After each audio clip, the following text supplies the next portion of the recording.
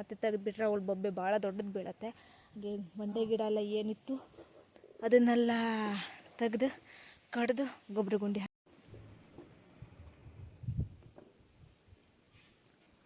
ಗೊತ್ತಿಲ್ಲ. ಅವ್ರು ಎಷ್ಟು ಚಂದ ರೆಡಿ ಆಗ್ತಿದ್ದಾರೆ ಅಂತಲೂ ಗೊತ್ತಿಲ್ಲ. ಸೊ ಅವರಿಗೂ ಎಷ್ಟು ಚಂದ ಉಂಟು ನಮ್ಮ ರೋಡು. ಮಳೆ ಬಿದ್ದಿದ್ದು, ಮಣ್ಣು ಹಾಕಿದ್ರು. ಅಮ್ಮ ಇಲ್ಲದ ಕಾರಣ ನನಗೆ ಬಂತು ಇವತ್ತು ದನಗಳಿಗೆ ಮಧ್ಯಾಹ್ನ ಮೇಲೆ ಬಿಡುವ ಪಾಳಿ. ಸೊ ಇದು ಸ್ವಲ್ಪ ವಯಸ್ಸಾಗಿದೆ ಏಣಿಗೆ, ಆದ್ರೆ ನನ್ನ ಬರಕ್ಕೆ ಮುರಿದೋಗೋದಿಲ್ಲ ಅನ್ನೋ ಧೈರ್ಯ. ಹಂಚ ಮೇಲೆ ಹತ್ಕೊಂಡ್ರೆ ಇಲ್ಲಿ ವೆದರ್ ಇದೆಯಲ್ಲ ತುಂಬ ಚೆನ್ನಾಗಿ ಕಾಣಿಸುತ್ತೆ.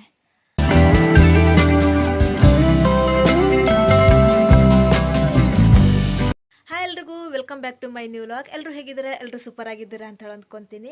ಸೊ ಇವತ್ತಿನ ವ್ಲಾಗ್ನ ಸ್ಟಾರ್ಟ್ ಮಾಡೋದಕ್ಕಿಂತ ಮುಂಚೆ ನನ್ನ ಚಾನಲ್ನ ಯಾರಾದರೂ ಫಸ್ಟ್ ಟೈಮ್ ನೋಡ್ತಾ ಇದ್ದರೆ ಸಬ್ಸ್ಕ್ರೈಬ್ ಮಾಡ್ಕೊಂಡು ನೋಡಿ. ಹಾಗೆ ಪಕ್ಕದಲ್ಲಿ ಕಂಡಿರುವಂಥ ಬೆಲ್ಲೈಕನ್ ಒತ್ತಿ ನಾನು ಹಾಕುವಂಥ ವೀಡಿಯೋಸ್ನ ನೋಟಿಫಿಕೇಶನ್ ನಿಮಗೆ ಮೊದಲು ಬರುತ್ತೆ. ಆವಾಗ ನೀವು ಮೊದಲು ವೀಡಿಯೋನ ನೋಡ್ಬೋದು. ಸೊ ಇವತ್ತು ತಾರೀಕು ಬಂದುಬಿಟ್ಟು 11 ಡಿಸೆಂಬರ್ 11. ಸೊ ನಿನ್ನೆ ವ್ಲಾಗ್ನ ಮಾಡಿಲ್ಲ. ಹಾಗೆ ನನ್ನ ಫೋನ್ ಹಾಳಾಗಿತ್ತು ಅಂತ ಹೇಳಿದ್ನಲ್ಲ, ಅದು ರಿಪೇರಿ ಆಯಿತು. ಸೊ ಯಾವುದು ಕೂಡ ಬ್ಯಾಕ್ ಅಂದರೆ ರಿಸೆಟ್ ಮಾಡಿಲ್ಲ. ಸೊ ಹೇಗಿದ್ದು ಹಾಗೇ ರಿಪೇರಿ ಆಯಿತು. So repair ಕೊಟ್ಟಿದ್ದಾಗಿತ್ತು. ಸೊ ಇವತ್ತಿಂದ ವೀಡಿಯೋಸ್ನ ಅಪ್ಲೋಡ್ ಮಾಡ್ತಾ ಇದ್ದೀನಿ. ಸೊ ಒಂದೇ ದಿನಕ್ಕೆ ಎಷ್ಟಾಗುತ್ತೋ ಅಷ್ಟನ್ನ ವೀಡಿಯೋಸ್ ಅಪ್ಲೋಡ್ ಮಾಡ್ತೀನಿ. ಸೊ ಹಾಗೆ ಇವತ್ತು ಅಡಿಕೆ ಎಲ್ಲ ಕೊಯ್ದಿದ್ರಲ್ಲ ಅದನ್ನು ಹಂಚ ಮೇಲೆ ಹಾಕುವ ಅಂತ ಹೇಳಿ ನಿನ್ನೆ ವ್ಲಾಗ್ನ ಮಾಡಿಲ್ಲ. ಹಾಗೆ ಮಳೆನೂ ಕೂಡ ಬಿಡ್ತಾನೇ ಇಲ್ಲ. ದಿನ ಕೂಡ ಮಳೆ ಬೀಳ್ತಾ ಇದೆ. ಡೇ ಫುಲ್ ಬಿಸಿಲಿದ್ರೆ ಸಂಜೆ ಹೊತ್ತಿಗಾದ್ರೂ ಮಳೆ ಬೀಳುತ್ತೆ. ಸೊ ಹಾಗೆ ಅಡಿಕೆನ ಹಂಚ ಮೇಲೆ ಹಾಕುವ ಅಂತ ಅಂದ್ಕೊಂಡಿದ್ವಿ. ಹಾಗೆ ಅಂಗಳೂ ಕೂಡ ಕ್ಲೀನ್ ಆಗಿಲ್ಲ, ಅರ್ಧಂಬರ್ಧ ಕ್ಲೀನ್ ಮಾಡಿ ಇಟ್ಟಿದ್ದಾರೆ. ನಾವು ಅಜ್ಜಿ ಮನೆ ಹೋಗಿದ್ದಿನ. ಸೊ ಅಡಿಕೆ ಕೂಡ ಇದೆ, ಇದೇ ರೀತಿಯಲ್ಲಿ ಹೇಗಿದೆಯೋ ಹಾಗೇ ಉಂಟು. ಇದು ಅಡಿಕೆನೆಲ್ಲ ಕರೆಕ್ಟಾಗಿ ಹೆಕ್ಕಿಬಿಟ್ಟು ಸೊ ನೆಕ್ಸ್ಟ್ನ ನಾವು ಮಾಡಬೇಕು. ಸೊ ಹಾಗೆ ನಾವು ಅಜ್ಜಿ ಮನೆ ಹೋದಾಗ ಅಪ್ಪ ಎಲ್ಲ ಅಂಗಳೆಲ್ಲ ಪೂರ್ತಿ ಈ ಥರ ಕ್ಲೀನ್ ಮಾಡಿದ್ದಾರೆ. ಸೊ ಅಷ್ಟೇ, ಮೆಣಸಿನ ಗಿಡ ಒಂದು ಮಾತ್ರ ಬಾಕಿ ಇಟ್ಟಿದ್ದಾರೆ, ಬಾಕಿ ಎಲ್ಲ ಕ್ಲೀನ್ ಮಾಡಿದ್ದಾರೆ. ಹಾಗೆ ಇಲ್ಲಿ ಒಲೆನೂ ಕೂಡ ಅಡಿಕೆ ಬೇಯಿಸೋದು ಬೇಕಲ್ಲ, ಹಾಗಾಗಿ ಒಲೆನೂ ಕೂಡ ಈ ಥರ ಮಾಡಿದ್ದಾರೆ. ಅವತ್ತು ದೊಡ್ಡ ಮಳೆ ಬಂತು ಮೊನ್ನೆ, ಹಾಗಾಗಿ ಒಲೆ ಪೂರ್ತಿಯಾಗಿ ಅಲ್ಲಲ್ಲೆಲ್ಲ ತೂತಿದೆ. ಇದಕ್ಕೆ ಕರೆಕ್ಟಾಗಿ ಮಣ್ಣು ಹಚ್ಚಿ ಅಡಿಕೆ ಬೇಯಿಸ್ಲಿಕ್ಕೆ ಒಲೆ ರೆಡಿ ಮಾಡಿದ್ದು ಅಷ್ಟು ಮುಗೀತು. ಅಡಿಕೆ ಬೇಯಿಸೋಕ್ಕೇನು ತೊಂದರೆ ಇಲ್ಲ, ಯಾಕೆಂದರೆ ಕರೆಕ್ಟಾಗಿ ಮಳೆಗಾಲದಲ್ಲಿ ಮುಚ್ಚಿಟ್ಟಿದ್ರಾಗಿತ್ತು.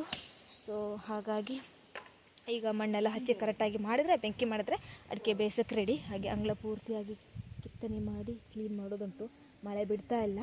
ಹಾಗೆ ಮೆಣಸಿನ ಗಿಡ ಮಾತ್ರ ಇಟ್ಟಿದ್ದಾರೆ, ಅದನ್ನು ತೆಗೆದುಬಿಟ್ಟು ಅಮ್ಮ ತೆಂಗಿನ ಮರದ ಬಿಡೋಕ್ಕೆ ಯಾವಾಗಲೂ ನೀರು ಬಿಡುತ್ತಲ್ಲ ಅಲ್ಲಿ ಹೋಗಿ ನೆಡ್ತಾ ಇದ್ದಾರಂತೆ. ಸೊ ಹಾಗಾಗಿ ಹಾಗೆ ಇಟ್ಟಿದ್ದಾರೆ. ಮತ್ತು ತೆಗೆದುಬಿಟ್ರೆ ಅವಳು ಬೊಬ್ಬೆ ಭಾಳ ದೊಡ್ಡದು ಬೀಳತ್ತೆ.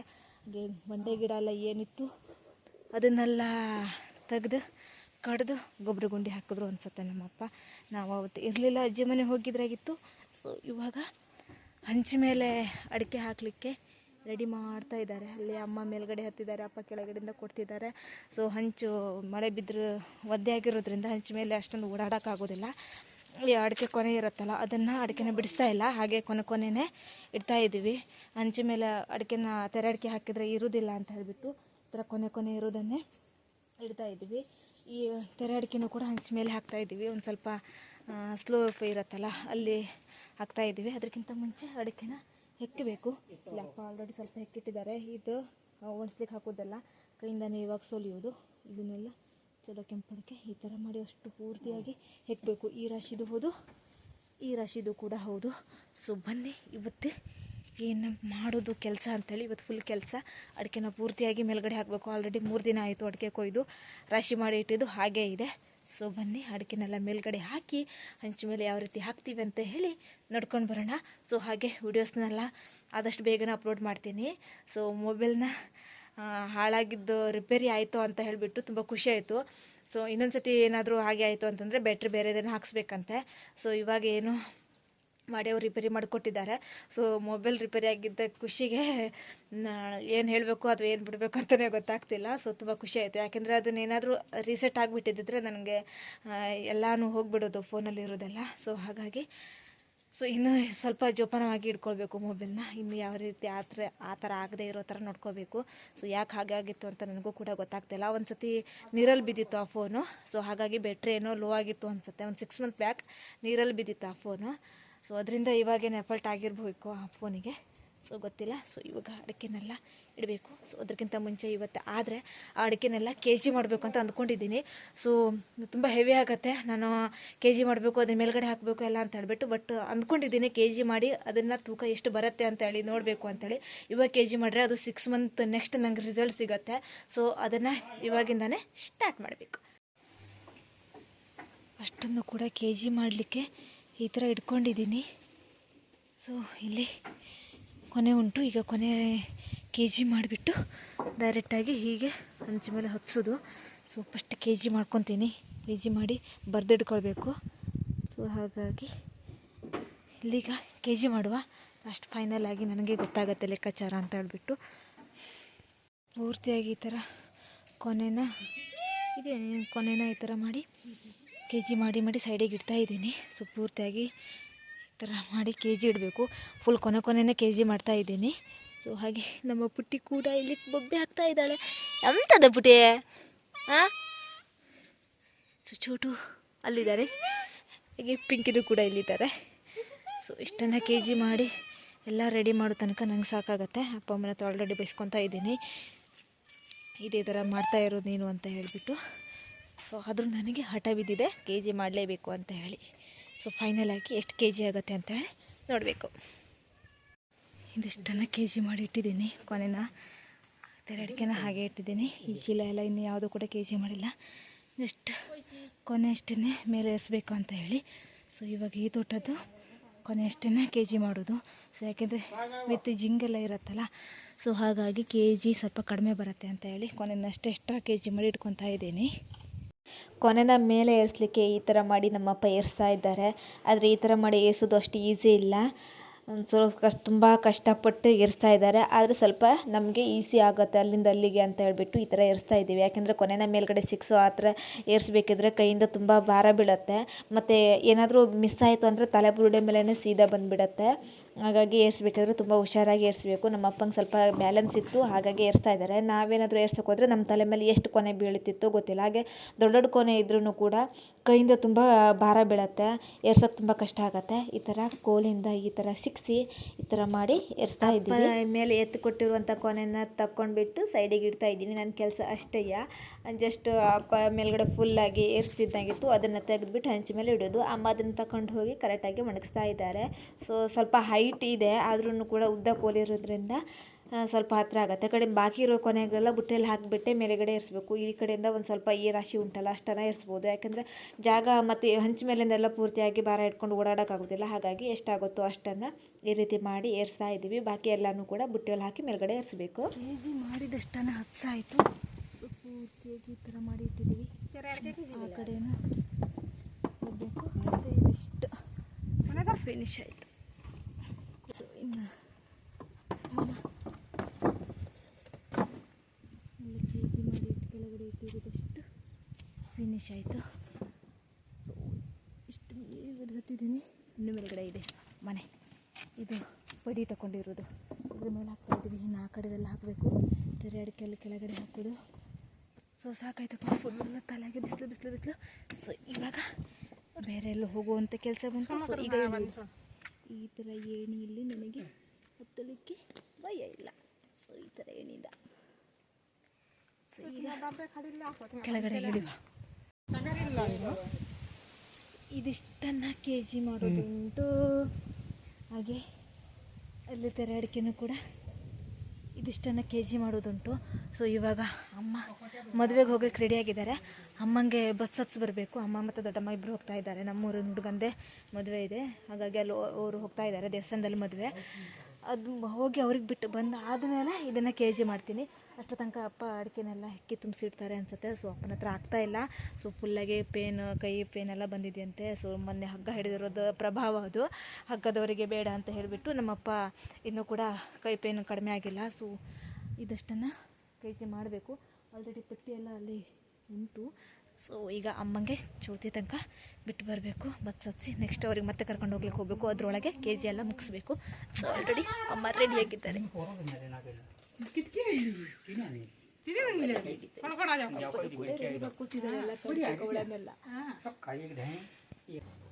ಸೊ ಹೋಗೋಕ್ಕಂತ ಹೇಳಿ ನಾನೇನೋ ಗಾಡಿ ತೆಗೆದು ರೆಡಿಯಾಗಿದ್ದೀನಿ. ಅಮ್ಮ ರೆಡಿಯಾಗಿದ್ದಾರೆ. ಇನ್ನು ದೊಡ್ಡಮ್ಮ ಬಂದಿಲ್ಲ. ಅವ್ರು ಎಷ್ಟು ಚಂದ ರೆಡಿ ಆಗ್ತಿದ್ದಾರೋ ಅಂತಲೂ ಗೊತ್ತಿಲ್ಲ. ಸೊ ಅವರಿಗೆ ಬೇಗ ಕಳಿಸಿ ಬಂದು ನಾನು ಅಡಿಕೆ ಕೆ ಜಿ ಮಾಡಬೇಕು ಅಂತ ಹೇಳಿ ಅಂದ್ಕೊಂಡ್ರೆ ಮಧ್ಯಾಹ್ನ ಊಟ ಆದಮೇಲೆ ಕೆ ಜಿ ಮಾಡೋದು ಅನಿಸುತ್ತೆ. ಸೊ ಇವ್ರು ರೆಡಿ ಆಗಿ ಎಂಥ ಮೇಕಪ್ ಹೊಡ್ಕೊಂಡು ಬರ್ತಿದ್ದಾರೋ ದೊಡ್ಡಮ್ಮ. ನೋಡುವ, ಎಲ್ಲಿ ಕಾಣಿಸ್ತಾನೆ ಇಲ್ಲ. ನಮ್ಮ ಮನೆಯಿಂದ ಬರ್ತಾರಾ ಅಥವಾ ಅವ್ರು ರೋಡಿಂದ ಬರ್ತಾರಾ ಅಂತ ಗೊತ್ತಿಲ್ಲ. ಸೊ ಬಂದ್ರೇನಮ್ಮ? ಸೊ ಆಲ್ರೆಡಿ 12 ಗಂಟೆ ಆಗೋಗಿದೆ. ಬೇಗ ಎಲ್ಲ ಕೆಲಸ ಮುಗಿಸ್ಬೇಕು. ಹಂಗೆ ಮತ್ತು ದೊಡ್ಡಮ್ಮಂಗೆಲ್ಲ ಬಿಟ್ಟು ಬಂದೆ. ಸೊ ಇನ್ನೂ ಬಸ್ ಬಂದಿಲ್ಲ. ಹಾಗೆ ಬಂದು ರೋಡ್ ಕ್ರಾಸಿಗೆ ಬಂದ್ಕೊಂಡಿದ್ದೀನಿ. ಬರ್ಬೋದು, 12:30 ಆಗಿದೆ. ಆಲ್ರೆಡಿ ಇಲ್ಲಿ ಹಾಕಿದ್ದಾನೆ ನಮ್ಮ ರೋಡ್ ಕ್ರಾಸಿಗೆ. ನಾಳೆ ಏನೋ ಸತ್ಯನಾರಾಯಣ ಪೂಜೆ ಇರ್ಬೋದು ಅವ್ರ ಮನೆ ಹತ್ರ. ಸೊ ಬನ್ನಿ ಈಗ ಮನೆಗೆ ಹೋಗಿ ಕೆಲಸನ ಕಂಟಿನ್ಯೂ ಮಾಡುವ. ಸೊ ಆಲ್ರೆಡಿ ನಮ್ಮ ರೋಡಿಗೆ ಬಂದಿದ್ದೀವಿ. ಸೊ ಇಲ್ಲಿಂದ ರೋಡಿಂದ ನಮ್ಮ ಮನೆಗೆ 4 ಕಿಲೋಮೀಟರ್ಸು. ಏನು ಮಾಡ್ತಿದ್ರು, ಒಂದು ನಡ್ಕೊಂಡು ಬರಬೇಕು, ಇಲ್ಲ ಅಂತಂದರೆ ಯಾರು ಬಿಟ್ಟು ಬರಬೇಕು. ಸೊ ಮುಂಚೆಲ್ಲ ನಡ್ಕೊಂಡು ಹೋಗೋದಾಗಿತ್ತು. ಇವಾಗ ಗಾಡಿ ಇರೋದಕ್ಕೆ ಎಲ್ರಿಗೂ ನಡೆಯೋದೆಲ್ಲ ಅಭ್ಯಾಸ ತಪ್ಪೋಗ್ಬಿಟ್ಟಿದೆ. ಸೊ ಬನ್ನಿ ಇವಾಗ ಮನೆಗೆ ಹೋಗಿ ಸಾಧ್ಯ ಆದಷ್ಟನ್ನು ಅಡಿಕೆನ ಕೆ ಜಿ ಮಾಡುವ. ಈಗ ಇದು ಎಷ್ಟು ಚಂದ ಉಂಟು ನಮ್ಮ ರೋಡು. ಮಳೆ ಬಿದ್ದಿದ್ದು, ಮಣ್ಣು ಹಾಕಿದ್ರು. ಗಾಡಿ ಏನು ಓಡಾಡ್ತಾ ಉಂಟು. ಇದು ಮದುಮಗನ ಮನೆಗೆ ಹೋಗುವಂಥ ದಾರಿ. ಇಲ್ಲೇ ಇದೆ ಅವ್ರ ಮನೆ. ಸೊ ನಾಳೆ ಫುಲ್ ನಮ್ಮ ರೋಡಿಗೆ ಗಾಡಿ ಓಡಾಡುತ್ತೆ ಅನ್ಸುತ್ತೆ. ರೋಡು ಅಷ್ಟು ಚಂದ ಉಂಟು.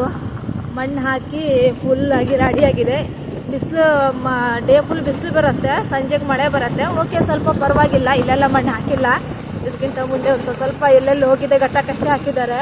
ಇದಕ್ಕಿಂತ ಹಿಂದೆ ಫುಲ್ ನಮ್ಮ ರೋಡ್ ನೋಡಿದ್ರೆ ಇಂಟರ್ನ್ಯಾಷನಲ್ ರೋಡು. ಅಷ್ಟು ಚಂದ ಇರುತ್ತೆ ನಮ್ಮ ರೋಡು. ಅದಕ್ಕೆ ಹಿಂಗೆ ಇರುತ್ತೆ. ಅಡಿಕೆನ ಪೂರ್ತಿಯಾಗಿ ಕೆ ಜಿ ಮಾಡ್ತಾಯಿದ್ದೀನಿ. ಇಲ್ಲಿ ಜಿಂಗು ಕೂಡ ಸಮೇತವಾಗಿ ನಾನು ಕೆ ಜಿ ಮಾಡ್ತಾಯಿದ್ದೀನಿ. ನೆಕ್ಸ್ಟ್ ಅದು ತೆಗೆದ್ಮೇಲೆ ಎಷ್ಟು ಬರುತ್ತೆ ಅಂತೇಳಿ ನೋಡ್ಬಿಟ್ಟು, ಯಾಕೆಂದರೆ ಸರ್ನಾಸಾಗಿ ಕೆ ಜಿ ಮಾಡಿ ನೋಡುವ ತೆರೆ ಅಡಿಕೆ ಮತ್ತು ಕೊನೆಯ ಅಷ್ಟು ಕೂಡ ಅದು ಬರೆದಿಟ್ಕೊಳ್ಬೇಕಾದ್ರೆ ಕೊನೆಯದು ಎಕ್ಸ್ಟ್ರಾ ಸಪ್ರೇಟ್ ಬರೆದಿಟ್ಕೊತೀನಿ ಮತ್ತು ತೆರೆ ಅಡಿಕೆದೇ ಸಪ್ರೇಟ್ ಬರೆದಿಟ್ಕೊತೀನಿ. ನೆಕ್ಸ್ಟ್ ತೆಗಬೇಕಾದ್ರೆ ಗೊತ್ತಾಗತ್ತಲ್ಲ ಎಷ್ಟು ಸರಿ ಸಮಾನ ಬರುತ್ತೆ, ಸರಾಸರಿ ಎಷ್ಟು ಬರುತ್ತೆ ಅಂತೇಳಿ. ಎಕ್ಸಾಕ್ಟಾಗಿ ಇಷ್ಟೇ ಆಗುತ್ತೆ ಅನ್ನೋದು ಫೈಂಡ್ ಔಟ್ ಮಾಡೋಕ್ಕಾಗೋದಿಲ್ಲ. ಸರಾಸರಿನೇ ಈ ಥರ ಅಡಿಕೆನೆಲ್ಲ ಹೋಗಿ ಕರೆಕ್ಟಾಗಿ ಎಕ್ಸಾಕ್ಟ್ ಇಷ್ಟೇ ಆಗುತ್ತೆ ಅನ್ನೋದು ಹೇಳಕ್ಕೆ ಬರೋದಿಲ್ಲ.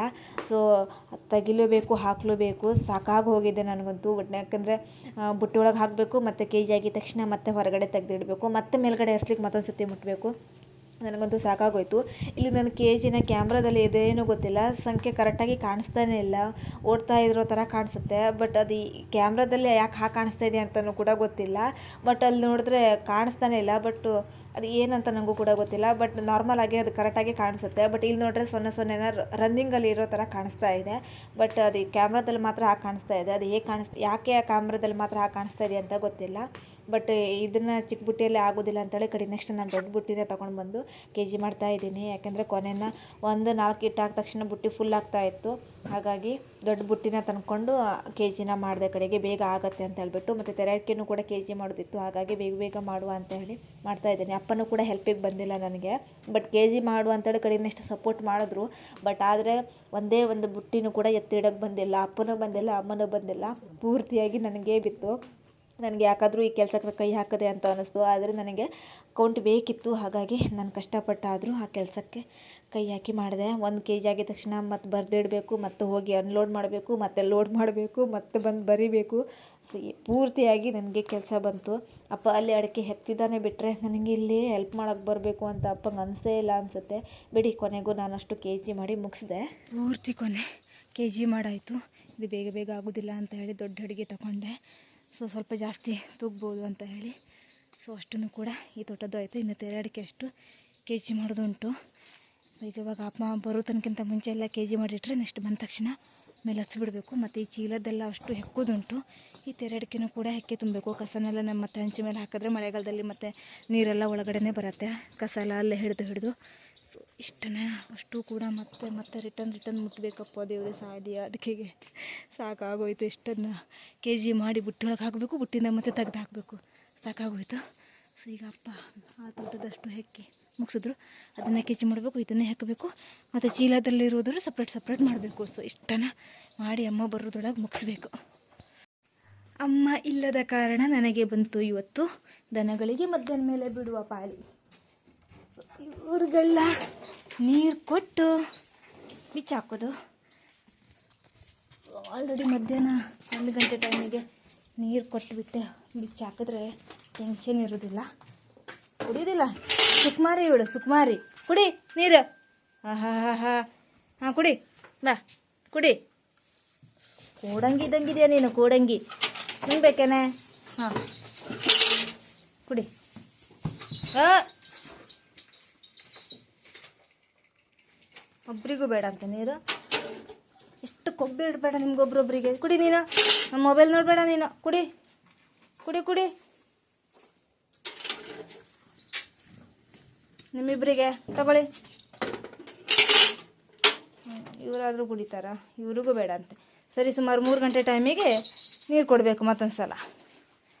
ಸೊ ಇವರಿಗೀಗ ಬಿಡಬೇಕು ಹೊರಗಡೆ. ಇವಳು ರೆಡಿ ಹಾಕ್ಕೊಂಡಿದ್ದಾಳೆ ನಮ್ಮ ಶಿವಮಿ.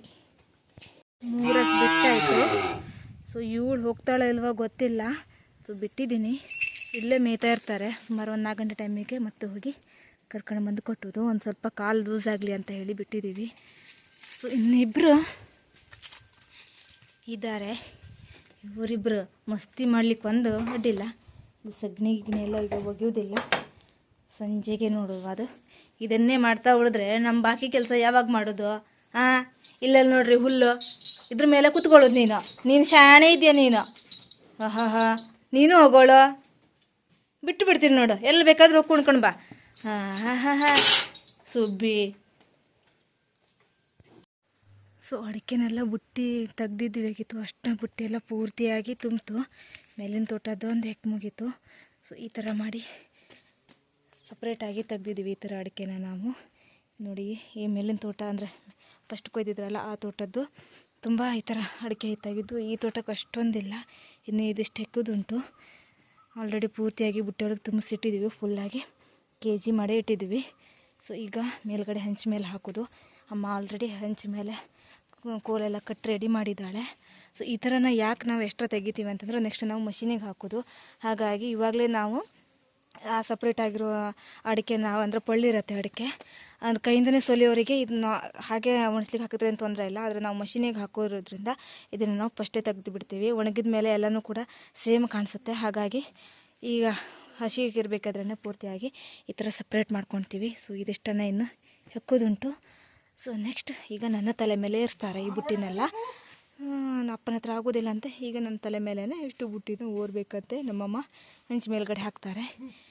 ಸೊ ಈಗ ಹೋಗೋದು. ಈಗ ಅಮ್ಮನ ತಲೆ ಮೇಲೆ ಫಸ್ಟ್ ಒಂದು ಬುಟ್ಟಿ ಏರ್ಸಿ ಹಾಕೋದು. ಯಪ್ಪ, ಎಸ್, ಅಮ್ಮ ತಗೊಂಡು ಹೋಗ್ತಾಯಿದ್ದಾರೆ.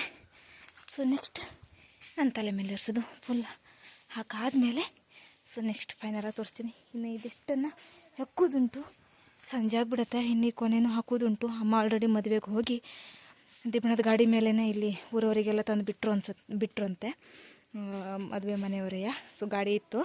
ಸೊ ಅವ್ರು ತಂದು ಬಿಟ್ಟಿದ್ದಕ್ಕೆ ಅಮ್ಮ ಬೇಗ ಬಂದುಬಿಟ್ಟಿದ್ರು. ಬೇಗ ಬಂದುಬಿಟ್ಟಿದ್ದಕ್ಕೆ ನಮ್ಮದು ಇವತ್ತಿನ ಕೆಲಸನೂ ಇದು ಫಿನಿಷ್ ಆಗಬಹುದು ಅಂತ ಅಂದ್ಕೊಂಡಿದ್ದೀನಿ. ಸೊ ಸಂಜೆ 7 ಗಂಟೆ ಆದರೂ ಕೂಡ ಇದು ಇವತ್ತು ಫಿನಿಷ್ ಮಾಡಲೇಬೇಕು.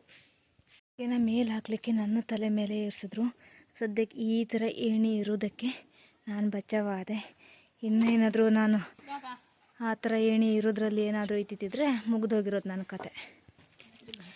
ಈ ಥರ ಏಣಿ ಎತ್ತೋದ್ರಿಂದ ಯಾವ ಕಡೆಯೂ ಬೀಳೋದಿಲ್ಲ ಅನ್ನೋ ಧೈರ್ಯ. ಸೊ ಇದು ಸ್ವಲ್ಪ ವಯಸ್ಸಾಗಿದೆ ಏಣಿಗೆ, ಆದರೆ ನನ್ನ ಬರೋಕ್ಕೆ ಮುರಿದೋಗೋದಿಲ್ಲ ಅನ್ನೋ ಧೈರ್ಯ. ಸೊ ಈ ರೀತಿ ಮಾಡಿ ಹಾಕಿದ್ವಿ ತೆರೆ ಅಡಿಕೆನ. ಹಾಕ್ಲಿಕ್ಕೆ ಭಾಳ ಕಷ್ಟ. ಈ ಥರ ಹಂಚು ಮೇಲೆ ಒಂದು ಹಂಚು ಮೇಲೆ ಜಾಸ್ತಿ ಭಾರ ಹಾಕ್ಲಿಕ್ಕೆ ಆಗೋದಿಲ್ಲ, ಹಂಚು ಒಡೆದೋಗುತ್ತೆ. ಮತ್ತು ಈ ರೀತಿಯಾಗಿ ಸಮವಾಗಿ ಕುಳ್ಸೋಕ್ಕೆ ಬರೋದಿಲ್ಲ. ಈಗ ಹಾಕಿಟ್ಟಿದ್ದೀವಿ. ಸದ್ಯಕ್ಕೆ ಮಳೆ ಇರೋದ್ರಿಂದ ಅಂಗಳನೂ ಕ್ಲೀನ್ ಆದರೂ ಕೂಡ ಅಂಗಳದಲ್ಲಿ ಹಾಕಿದ್ರೆ ಮತ್ತೆ ಅಷ್ಟು ಅಡಿಕೆನೂ ಕೆಂಪಾಗತ್ತೆ ಅಂತ ಹೇಳಿ, ಅಂದರೆ ಒಳಗಡೆ ಎಲ್ಲ ಕರೆಕ್ಟಾಗಿ ವೈಟ್ ಕಲರಿಂದ ಫುಲ್ಲಾಗಿ ಚಾಲಿ ಆಗೋದಿಲ್ಲ. ಹಾಗಾಗಿ ಸೊ ಇದಿಷ್ಟು ಈ ಕಡೆ ಕೊನೆ ಹಾಕಿದ್ವಿ. ಇನ್ನು ಸ್ವಲ್ಪ ಹಾಕೋದುಂಟು. ಇನ್ನೂ ಇಷ್ಟು ಇಲ್ಲೆಲ್ಲ ಹಾಕೋದು. ಸೊ ಅದನ್ನಷ್ಟು ಇನ್ನೂ ಜಾಸ್ತಿ ಇರುತ್ತೆ ಅಡಿಕೆನ ಹೆಕ್ಕಿ ಹಾಕಬೇಕು.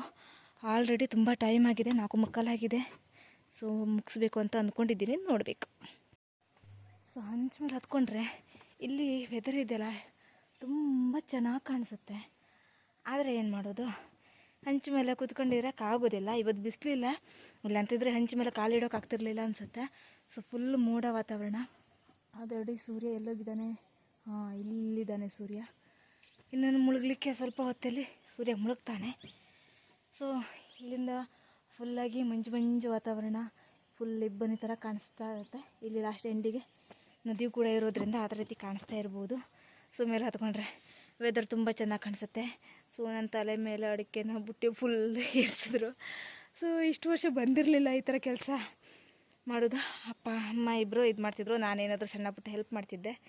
ಸೊ ಹೋದ ವರ್ಷದಿಂದ ಒಂದು ಸ್ವಲ್ಪ ಬಂದಿತ್ತು, ಈ ವರ್ಷದಿಂದ ಇನ್ನೂ ಜಾಸ್ತಿ ಬಂದಿದೆ. ಮುಂದಿನ ವರ್ಷದಿಂದ ಪೂರ್ತಿ ಕಂಪ್ಲೀಟ್ ನನ್ನದೇ ಕೆಲಸ ಅನಿಸುತ್ತೆ.